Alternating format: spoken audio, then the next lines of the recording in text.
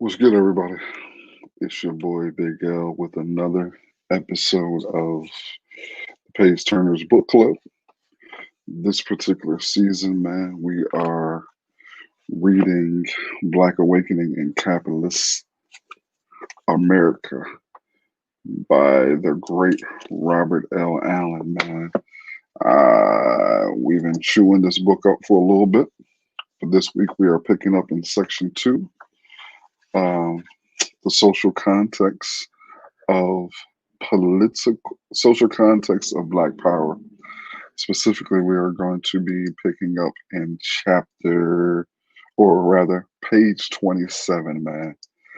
And remember, this is the page turners where we are changing the current state of Black lives one page at a time. Um, it's a lot going on, a whole lot happening, but I wanted to come through, man, and yeah, and just read a little bit. You know how I do. I come through and gonna give you a quick 20. Uh, I won't be giving you much more than that. 20 minutes of pure uh, yeah, just 20 minutes, man. 20 good minutes. I was going to try to come up with something clever and witty, but nah, I'm not looking to do that. Um, just going to get with it and jump in. Okay. Got my clock. Let's see. All right. And again, man, come through. You can follow us on Instagram at Page Turners BST. You can follow us on YouTube, The Page Turners. You can come through and you can follow me on my uh, Facebook channel and to get all of the necessary updates on what I'm doing, when I'm doing it, yada, yada, yada, yada, yada, yada. Okay, so I'm going to read. Okay, page 27. The quality of education, despite some gains in the number of years of formal schooling attained, remained low. Thus, Black students tested out at substantially lower levels than white youth, up to 3 years difference in level of achievement among 12th graders. Residential segregation proved to be the toughest nut for integrationist movement to crack. Yeah, it's still a struggle now, ain't it? In 1966, a survey of 12 cities in which special censuses were taken revealed increased rates of segregation in 8 of them. Perhaps the most significant indication of the middle class nature of the civil rights movement was the fact that it did absolutely nothing to alleviate the grim plight of the poorest segments of the Black population. And again, much of what Mr. Allen is speaking of here is the failures of the civil rights movement, okay?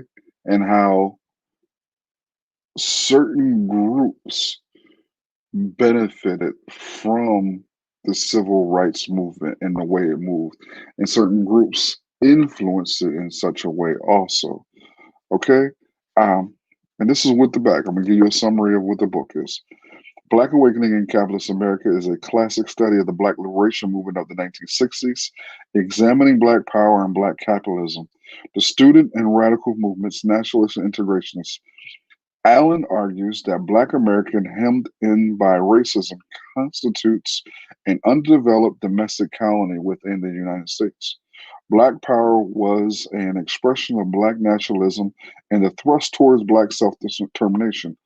Allen suggests that corporate America responded with neo-colonial tactics of co-optation and repression that seriously undermined the movement. And we can say the same thing about what we see now, again, with the Black Lives Matter movement. You can see how corporations have come in and infiltrated and co-opted the movement in many ways. Okay, particularly from a media standpoint.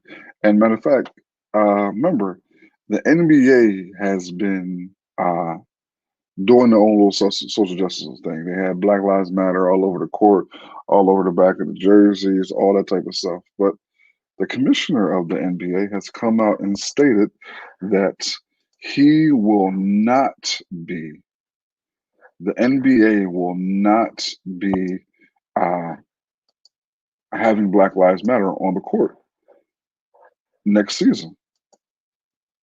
Like he already came through and stated that. He's made it clear, okay, that next season, that's not what's going to take place. And why would he? Why? What would be the point of next season of having the NBA players have it on the back of the jersey?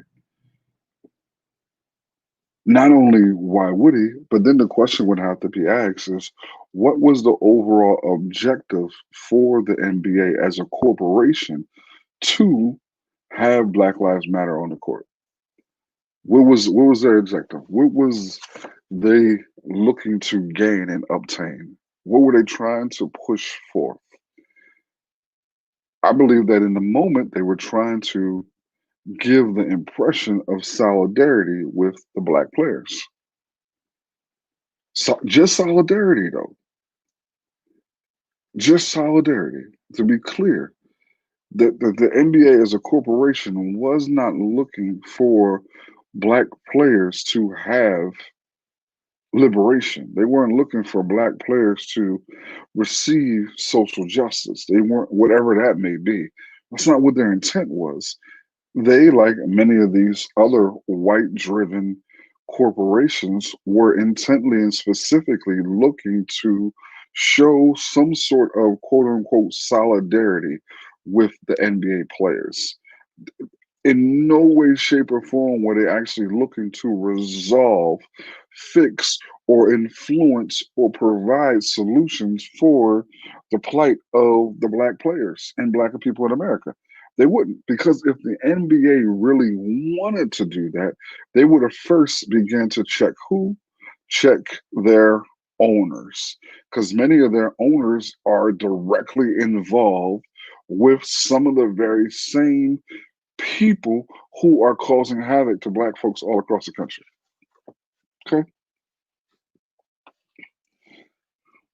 Perhaps the most significant indication of the middle class nature of the civil rights movement was the fact that it did absolutely nothing to alleviate the grim plight of the poorest segments of the black population.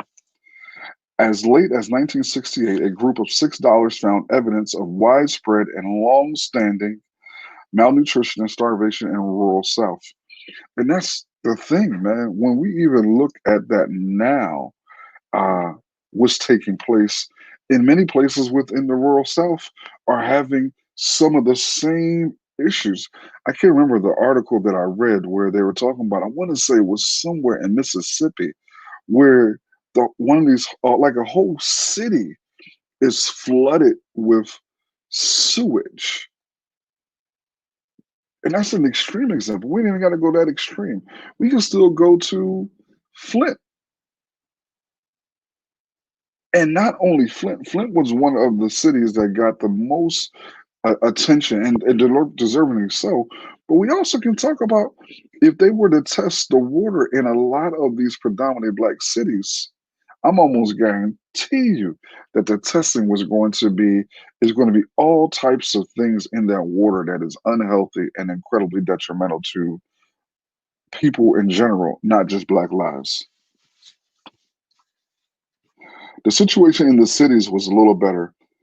A joint 1967 report by the U.S. Bureau of Labor Statistics and the Bureau of the Census outlining the social economic condition of blacks in this country concluded that perhaps the most distressing evidence presented in this report indicates that conditions are stagnant or deteriorating in the poorest areas. In the U.S. cities of 1 million population or more, the percentage of non-white families living in poverty areas between 1960 and 1966 remained constant at 34%. In New York and Chicago, however, the percentage increased. In Cleveland's Hall District median family income declined over the same period. In the Watts District of Los Angeles, also conditions did not improve. It is in these figures that one sees clearly the genesis of urban rebellion. For poor blacks, North and South, the civil rights movement accomplished virtually nothing besides raising false hopes. The promised salvation was not forthcoming. An explosion was inevitable. I want to read that one more time because I think that's good. And again, so much of what Mr. Allen writes in this particular book that we see taking place in 1966 during the civil rights movement, we see the same things popping off right now in America currently. We see the same thing. So let me read this part right here. For poor blacks, North and South, the civil rights movement accomplished virtually nothing besides raising false hopes. The promised salvation was not forthcoming. An explosion was inevitable. The explosion began in 1964 with the Harlem Rebellion and 14 other urban revolts. City after city was shaken as the conflagration spread across the country in subsequent long, hot summers. Red Summer, remember that. The rebellions were almost entirely spontaneous and unorganized eruptions, but they had the underlying drive, a basic logic. Here's the logic. Most of the attacks and looting were directed against the property of white merchants who exploit black community. This was the pattern in Harlem, and a year later in Los Angeles revolt. Black people were, in a sense, reclaiming the merchandise which had been stolen from them in the form of underpaid labor and exploitative prices. So it wasn't just simply the fact that they were angry. Black folks weren't just angry. They were outraged. They were tired. They were sick of being treated and mistreated in the form of fashion that they were treated. And eruptions occurred. By their actions, the black rioters, who by no means were an insignificant minority, were vigorously repudiating the civil rights Negro leaders. They were calling for new leadership willing to confront head on the problems arising from oppression and powerlessness, and who could speak to the needs of the majority of the black masses. So, what he's saying is, right here, these people who were in the midst of these urban rebellions were going against what the civil rights leaders were asking for. Because part of the thing that the civil rights leaders were selling, one of their chief things was peace. One of the chief pieces that they had to offer the state was peace. Part of what they could sell to them and convince them was, okay, if you negotiate with us and listen to us, we'll keep them other folks quiet and you won't have to worry about violence. So these people right here during the red hot summer of 1964, where you had Harlem and you had over all these other over 10 other rebellions taking place in other cities, these were people who were sick and tired and they were going against what the civil rights leaders in that time were asking and demanding. Okay? But such a militant new leadership, if it arose, would represent a direct threat to the established order. And therefore, it would be suppressed and destroyed by any means the authorities thought necessary. Nonviolent demonstrations, while presenting a moral challenge to unjust practices, did not constitute a threat to the established distribution of power. Now, I want to stop there because I want to chew on that one just for a minute. Because, damn it, I done had these arguments, man. I've been talking about this a number of times. We've seen all over the place. One of the highlights of some of these particular protests and rallies is the overemphasis of peaceful, making sure that these were peaceful rallies. Peace has always been the selling point for a lot of these rallies that you're seeing taking place today.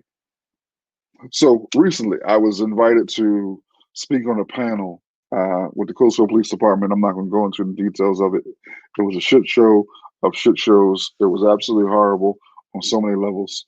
But one of the things that I called in question during the the my time to speak was why everybody kept calling the march that they had in Coatesville successful.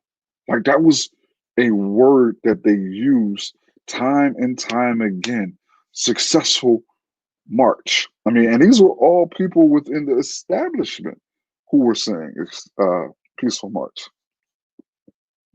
The chief of police called it a successful march. The Coatesville city manager called it a peaceful march.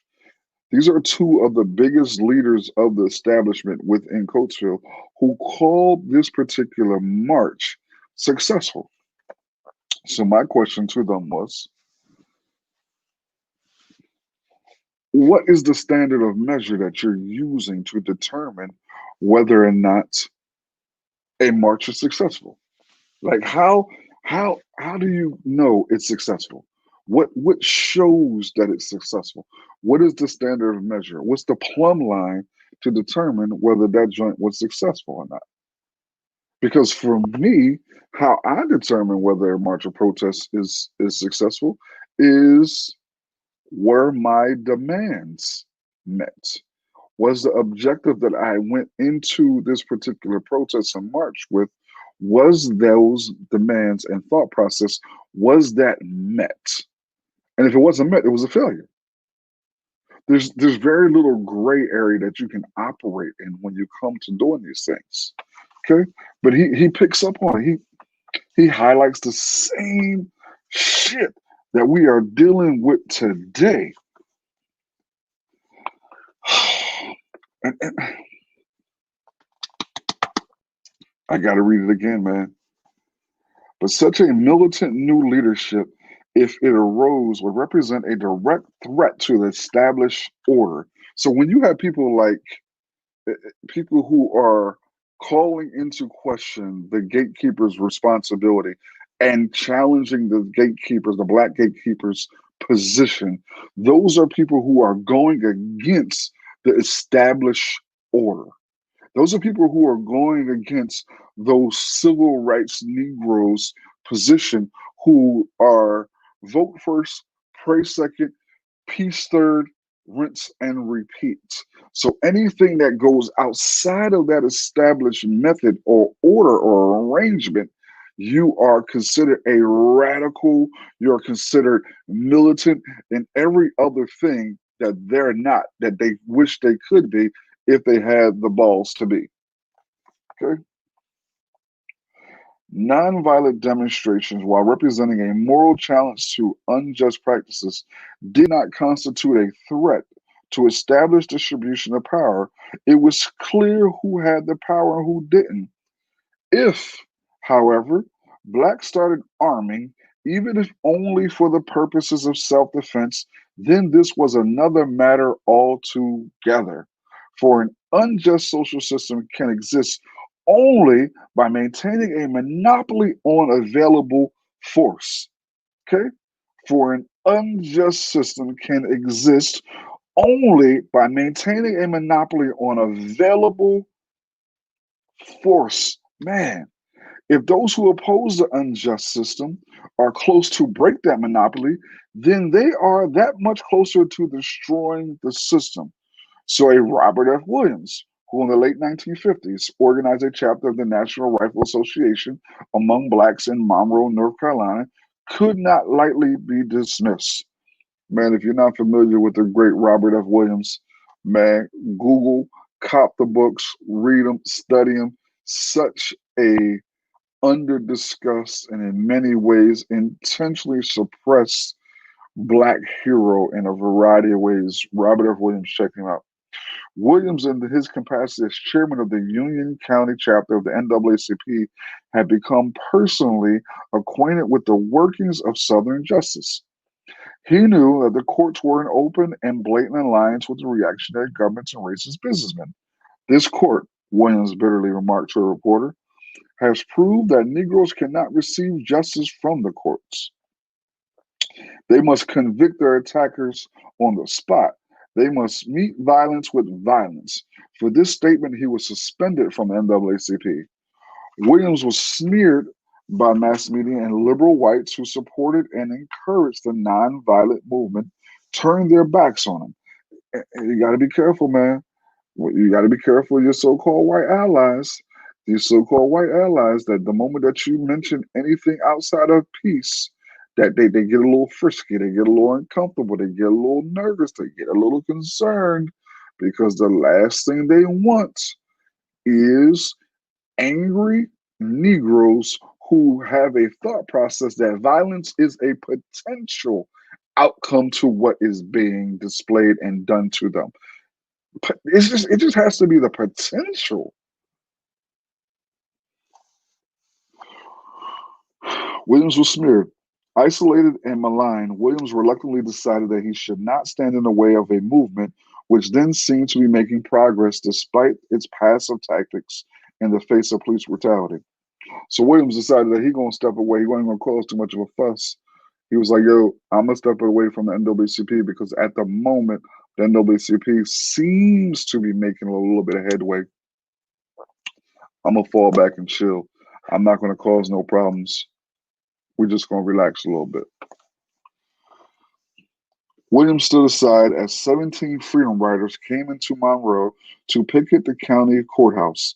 The 6-day protest by a handful of nonviolent demonstrators attracted a large mob of racist whites who cursed and spat on the pickets. Tensions mounted, and finally the crowd ripped into the defenseless protesters as the police watched with smiles on their face. Some of Williams' armed men came to the scene and rescued some of the demonstrators. But Williams was caught in the dilemma. The protesters had unwittingly drawn into the town thousands of angry racists, many of them armed. He and his rifle squad were greatly outnumbered and outgunned. To make matters worse, a middle aged white couple, supposedly on a sightseeing trip, wandered into the ghetto. They were taken from their car, and in the confusion, threats were made against their lives, and a futile attempt was made to use them as hostages in order to get the remaining demonstrators out of jail. Rumors flew throughout the countryside that insane blacks had kidnapped a white couple and were torturing them. Lord have mercy. Police planes began circling overhead, and the state and local police and deputized residents started massing for a bloody charge into the black community.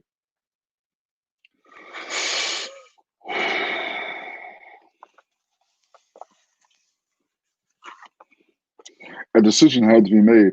The odds were too great. The white couple was released unharmed, and Williams' group voted that he and his family should leave to avert a slaughter. Williams and his family escaped first to Canada and then to Cuba, where they were given political asylum. Williams lived in Cuba for 3 years and then went to China, where he now resides. Meanwhile, federal kidnapping charges were filed against him, making it impossible for him to return with impunity. In Williams' case, the authorities sought to suppress a militant and potentially dangerous to them movement by destroying its leadership. A few years later, a variation of this technique, political assassination, would be used in an effort to destroy the young movement which had sprung around Malcolm X. Destroyed, and I think that's one of the reasons why we hear so many black folks nowadays talk about how they don't want and we don't need any black leadership. We don't need a leader, because they know that every time we select a leader, they come for them. Political assassination, man. Here we go. We're going to get into the section of Malcolm. Let's see how much of this is about Malcolm. It looks like we're going to spend a whole lot of time talking about Malcolm. And so, since this is the beginning of the Malcolm component, I think this is a great place to stop.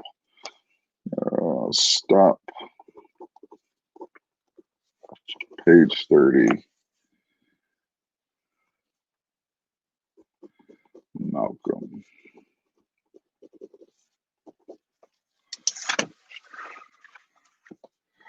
just there's a couple of passages, man, in this just reading it, and that really just stood out to me altogether. Uh, let me backtrack here because I think this is so pertinent, man. On page 28, by their actions, the black writers, who by no means were an insignificant minority, were vigorously reputing the civil rights Negro leaders. They were calling for new leadership and willing to confront head on the problems arising from oppression and powerlessness.